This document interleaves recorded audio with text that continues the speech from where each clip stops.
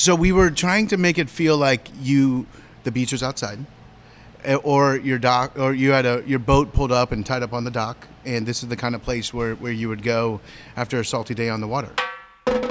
I'm Delia Colon, and this is The Zest. Citrus, seafood, Spanish flavor, and Southern charm. The Zest celebrates cuisine and community in the Sunshine State. Today, meet your new favorite neighborhood seafood joint. Call it the best of both worlds. Cheeky's is a seafood restaurant and raw bar that opened earlier this year in St. Petersburg. It has the convenience of the city's walkable Grand Central district with the breezy vibe of a beachfront eatery. The restaurateur behind Cheeky's, a.k.a. Cheeky himself, is Nate Siegel. He also co-founded the popular Willa's restaurant and adjoining Willa's Provisions coffee shop in Tampa. I recently slid into a booth at Cheeky's to chat with Nate.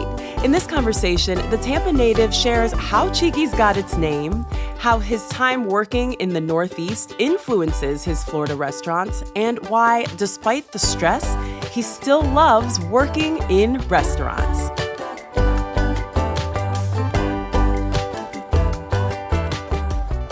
So we were trying to make it feel like your boat pulled up and tied up on the dock, and this is the kind of place where you would go after a salty day on the water. This is kind of a culmination of a number of my favorite places up and down the East Coast, from Boca Grande down in Old Florida to Palm Beach, and definitely a lot of the Northeast. So I spent summers working out in Montauk at the end of Long Island and the Hamptons. That was super fun and really, very inspirational to what we're doing here with Cheeky's. Some of the kind of the roadside clam bars and lobster roll spots that you would just literally on Napeague stretch, you would pull over and that's where you would go. And it was a big horseshoe bar and all open air and not even fans, just open air. It's my favorite kind of eating, the freshest fish you can get. And we have as healthy a fishery here with the Gulf and Tampa Bay, and we wanted to kind of pull all those things together with Cheeky's. Well done. Tell me what to expect. What's on the menu? And I also want to know about the name. Sure. So you'll come in, we're all about fresh fish here. Always have a fresh catch feature. This week it's been tilefish from the Atlantic. And really all of our fish comes either from the Gulf or the Atlantic. And of course the Atlantic's huge, but we really try to be around the southeast portion of the States. So tilefish would be great. We have an amazing raw bar here featured too. So we always carry at least 3 raw oysters from the East Coast. We love it. Just north of Chesapeake is where the waters stay cold throughout the year. And we serve, we call them good, better, best, the 3 different levels. So our house oyster, the good version is the Blue Points from Long Island. These are actually from the Connecticut side. Then we're also featuring these, they're called Red Raiders. They're from Cape Cod. And then my favorites are called katamas. That's the best. Those are the best. And we've had those on since we've opened, and they're everyone's favorites. They're just like a perfect representation of like the traditional oyster. That's from Martha's Vineyard, where I've been, where we used to hang out. And those are the oysters they pull in right from the pond. They call it a pond. It's not a pond, but right there in Edgartown is where they pull those from. So we serve those half dozen or full dozen with a great cucumber apple mignonette, this really zingy cocktail sauce with fresh grated horseradish, saltines, of course, because that's how people in Florida like to eat them. Nowhere else but Florida for some reason, but we lean into that. You can get that as a tower that comes with some of our crudo, which is beautiful. It's tuna, salmon, and snapper served raw. It's Sicilian style, so full of olive oil, capers, shallots, black pepper. Really lovely, super light, ice cold. We house smoke fish here. We've got one recipe we'll talk about today is our seared shrimp. So our shrimp is super special. We get it right off the coast of Florida on the Atlantic side. They're called Florida Whites, and they're called candy shrimp because they're as sweet as candy. That's a great kind of way to start. We of course have a classic Florida blackened grouper sandwich. That's our house blackened and spiced. It's a little spicy, but really nice. We've got great French fries to go with that. If you're not a fish lover, we've got a great classic burger, smash burger. It's done Oklahoma style, where you sear the onions directly into the patty on the plancha, so they get all crispy and caramelized and really tasty. Our lobster roll is a hit. People love that.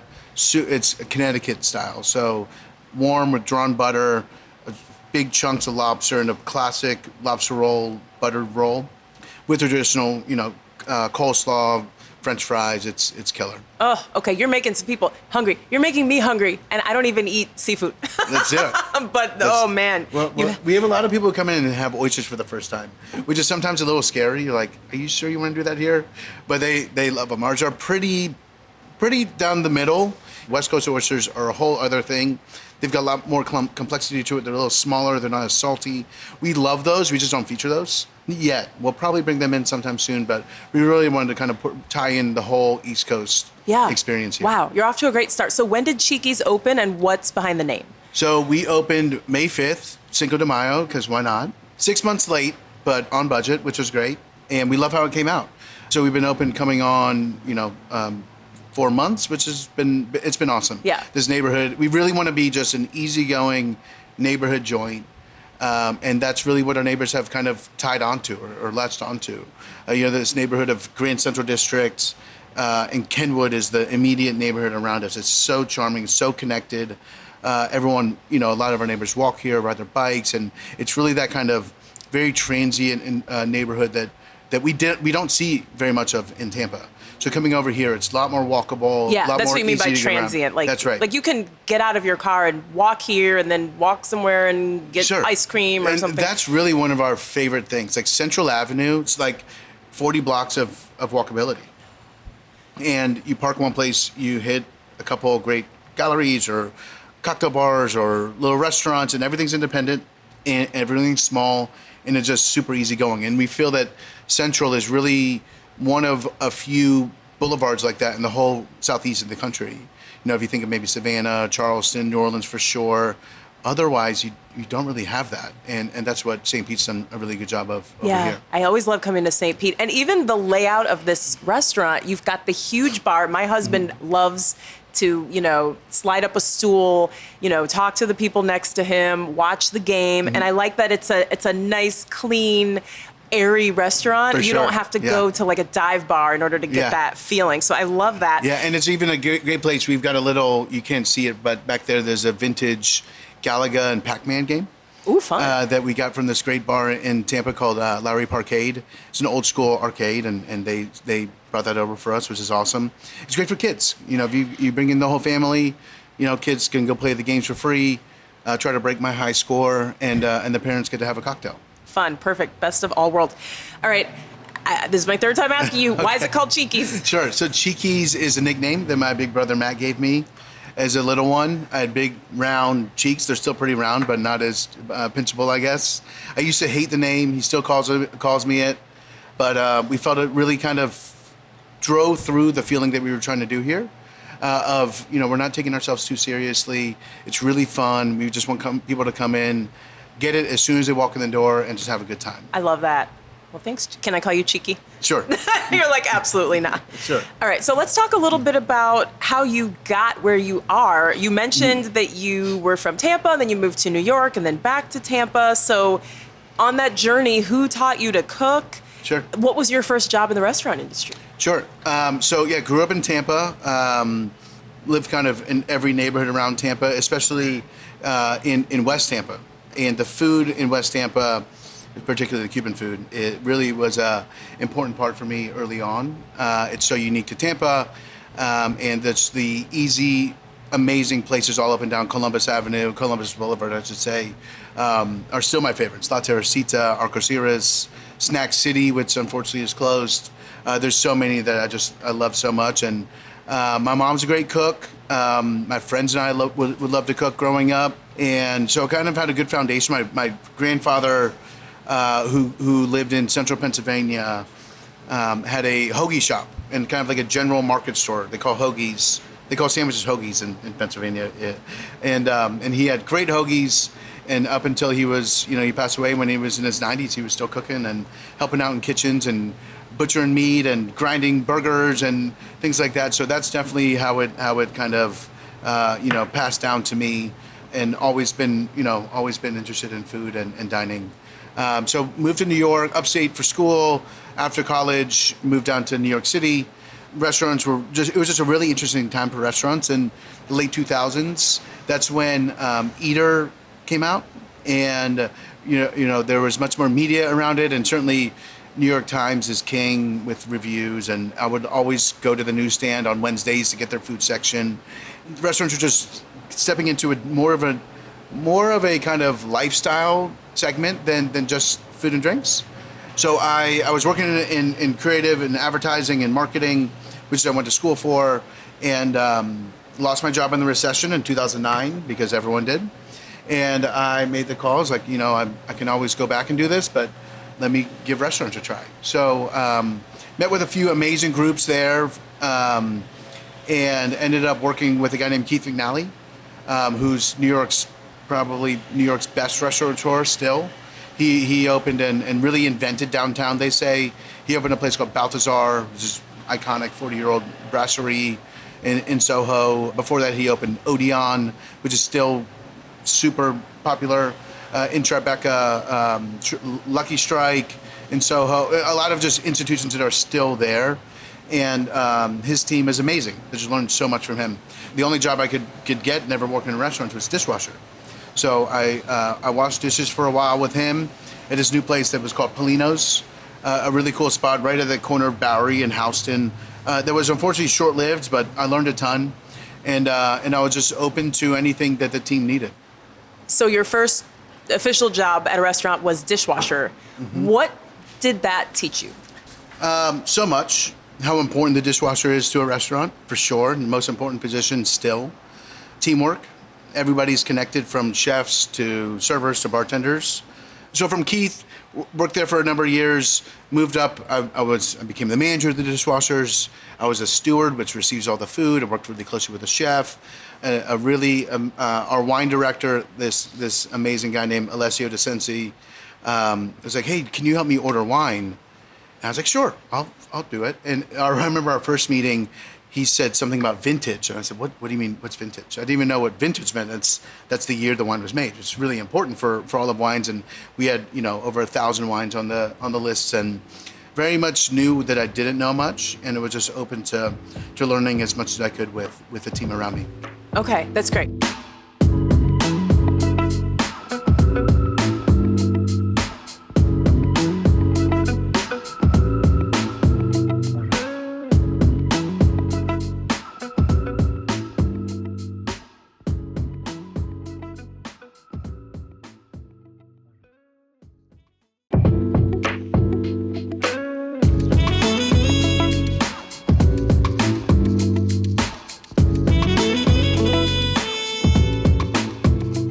So you've had a lot of experience in the Northeast, mm-hmm.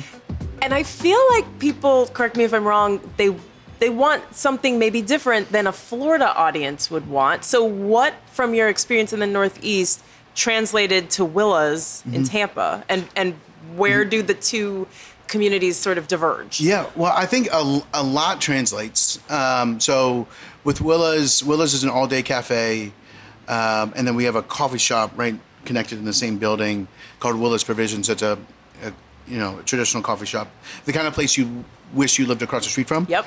And that's open every day, early to late. Great coffee, house-made pastries, amazing green juice. And the restaurant, though, is something that so I have a couple partners there, both of which lived in New York, and we really felt that there wasn't much for our community here in Tampa where you could go any time of day and have a great meal. And a place that was open all day, that really tried to assimilate into the neighborhood and look around and see what was there, what wasn't there, and what was coming. And so we found this amazing old building on the corner of Fig and Rome in North Hyde Park. And, it's a 1920 warehouse. It was so dilapidated. We did so much work in there to restore it, to keep the building. It would have been so much easier just to scrape the thing. I'm thinking, just keep it for the patina. Yeah, exactly, for sure. When you go to Willa's, if you look down the walls, it almost is a little like case of vertigo, because the walls, there's no straight line in Willa's. So like, the walls are bowing, the floors are crooked, and we really embraced that.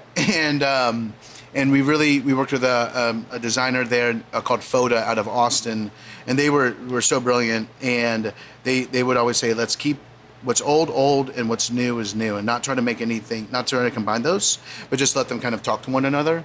So that was very much more of like an architectural, like really interior design driven experience with Willa's. And we wanted just that easy, come as you are kind of spot, whether you want a rotisserie chicken or a burger or a great Caesar salad at any time of day. And that's really what we felt was all over the place in New York, but wasn't here in Tampa. And, we timed it pretty well. We opened, I guess, opening in the pandemic is terrible timing, but it brought down a lot of New Yorkers, a lot of people from the Northeast that were used to that, and really got what we were trying to do really early on. And Willa's is thriving. Our best years are now. Actually, our best years are ahead as that neighborhood continues to grow around us. And we love it's far surpassed our expectations there. Wow, sure. Okay, so bringing it back to Cheeky's, what are the challenges and opportunities of being a seafood restaurant in St. Petersburg, Florida? Because you just said there are seafood restaurants, right down the street. You've got Ted Peters, and I'm sure people have a lot of choices. So how does that benefit you, and how is it a challenge? Well, it's just across the street is Trophy Fish. They've been around a long time. They're fantastic. There's another oyster bar opening up just a few blocks from us. And then obviously down at the beaches, there's full of them. And we felt that, if you talk first about oysters, I don't think there are enough. We didn't think there were enough oyster bars. So that was something that we really wanted to dive into. No pun intended. Yeah, right. There's lots of good cheeky puns that I'll drop too. And then the fresh fish. Sure, there's a lot of fresh fish, but a lot of it's fried. Sure, we fry some of it, but a lot of it we don't. So raw, crudos, seared, lighter items that I think fish is usually best prepared with as little touching as possible. That's why oysters are so beautiful. You don't touch them, you just shuck them and eat them. Crudos is raw. Our shrimp cocktail is just it's slight poached in the court bouillon. And the fewer steps for fish, the better the fish is. And we're really driven by great products and really did a lot of work early on to develop relationships with fishermen and shrimpers and oystermen and really help to celebrate what they do every day. And I felt that there was an opportunity for a place like this that was really kind of checked a lot of the different boxes with a great bar, with ice cold beers and really fun frozen cocktails and a cocktail list of classics, but kind of nostalgic ones that really just are fun and not too serious. We're not mixologists here, we're bartenders. And it's really about the guests. We're not letting ourselves get in the way of the guests having a great drink that's delicious and vibrant and really full of flavor and doesn't take a few minutes to make. So kind of putting all those pieces together, that's also family friendly, a great place to watch the game, set right on Central, this kind of corner building that we've created. There was a gap that we're trying to fill. Yeah. And that's what it is. I can feel that. It feels very approachable, like I'm a guest in your home. Sure. So Thank you. That's I love really, that. really what we're going for. We actually don't even have host stands in our restaurants because you don't have a host stand at your house. Ooh, great point. As you walk in, you just welcome people into your home and say, what can I get you? What are we doing today? Yeah. And so that's one big thing that we felt was really important to kind of help drive that home. Mm-hmm. And it feels like anybody would be welcome here. It's nice. It's nicer than my house, but it's not intimidating. So in that spirit, do you have a recipe for people who maybe can't get out to Cheeky's just yet? Is there a recipe that we can post on our website, something they can make at home? Yes. One of our favorites is our garlic butter shrimp. It's usually the shrimp I just mentioned from Ocean Harvest. And Brad Shirley, he owns all the shrimp for boats, and it really just helps us celebrate the shrimp. And it's great. It's seared in garlic and butter with fresh bread. And the sauce that it makes with the shrimp shells is just the most delicious sauce you could ever have. Sounds amazing. Okay, great. And we'll have that recipe on our website, thezestpodcast.com. Okay, last question. The restaurant industry is tough. I mean, you said it. You opened a restaurant during COVID, and now you've got Cheeky's, which opened in May of 2025. So why are you passionate about this? You said that your background was in advertising and marketing, so you could have gone that route. And I mean, I guess you are sort of doing that. I mean, you're wearing a Cheeky's hat, Cheeky shirt, you're talking to me, you're still marketing. But why do you love being in the kitchen, being in the restaurant industry? There's so much, and yes, it's hard. especially building a new brand, dealing with all the other things that, guests don't even realize with city permits and insurance. But with Cheeky's, with Willa's, we were really able to create something that we feel is an important part to a neighborhood. And, we're building a brand from nothing that was just a figment of our imagination. And then we build a team around it, and they start to buy in and understand what we're doing, and then become extensions of us. And it just creates magic. When you get other people involved in an idea that we've been working on for so long. Now we have, over 30 employees here at Cheeky's, almost 50 at Willa's. And that's such an important, part of our everyday is just building that team and getting to know them, really spending a few minutes every day with each team member, seeing what's going on with them, helping them in different ways, whether it's inside the restaurant or out, and then getting to know guests, meeting guests for the first time, having them come back, right? That retention is so important, and building a relationship so that they feel that they belong too. And then we just kind of create this environment that is almost like a flywheel effect of our team member becomes ambassadors for us. They make our guests ambassadors as well. And then it just becomes a second home for people. And that's sweet. When all those things come together, a busy restaurant on a slamming night, and everything's working really well, and teams communicating, and guests are having a great time and having celebrations for their birthdays, or we host weddings and really important life achievements that, it's easy for us to take for granted, but it's also guests live their lives with us. And that's really awesome. Team members at Willa's have been there since the beginning, before opening. So here we are 5 years later, the team, rely on us for their livelihood, and it's a burden, but also such an opportunity to be able to do that every day. So that's what I love. There's a lot about it. And obviously, I didn't even talk about the great food, the great drinks that we have. Those are, to create those and bring something a little bit new, but still very nostalgic and memorable for guests. It's really special. And, I've got 2 kids now. They get to grow up in it. They see the value of hard work, and we'll soon work here one day. My daughter's 8, my son's 5, and I'm sure they'll be here sometime soon. My wife loves it. She's like, I want to open one with you. I'm like, are you sure? Oh. I don't know. It's really hard, but she'd be great in it too. Wow. There's so much to love. It's hard to put one kind of specific thing on it. Restaurants are so dynamic. There's no industry like it. We change every day. Just try to get a little bit better every day. That was beautiful. Thank you so much. This has been really fun. Nate Siegel is the restaurateur behind Willa's Provisions, and Cheeky's Seafood Restaurant. He shared a recipe for Cheeky's garlic butter seared shrimp. Find it on our website, thezestpodcast.com. I'm Delia Colon. I produce The Zest with Andrew Lucas and Alexandria Ebron. The Zest is a production of WUSF. Copyright 2025, part of the NPR network.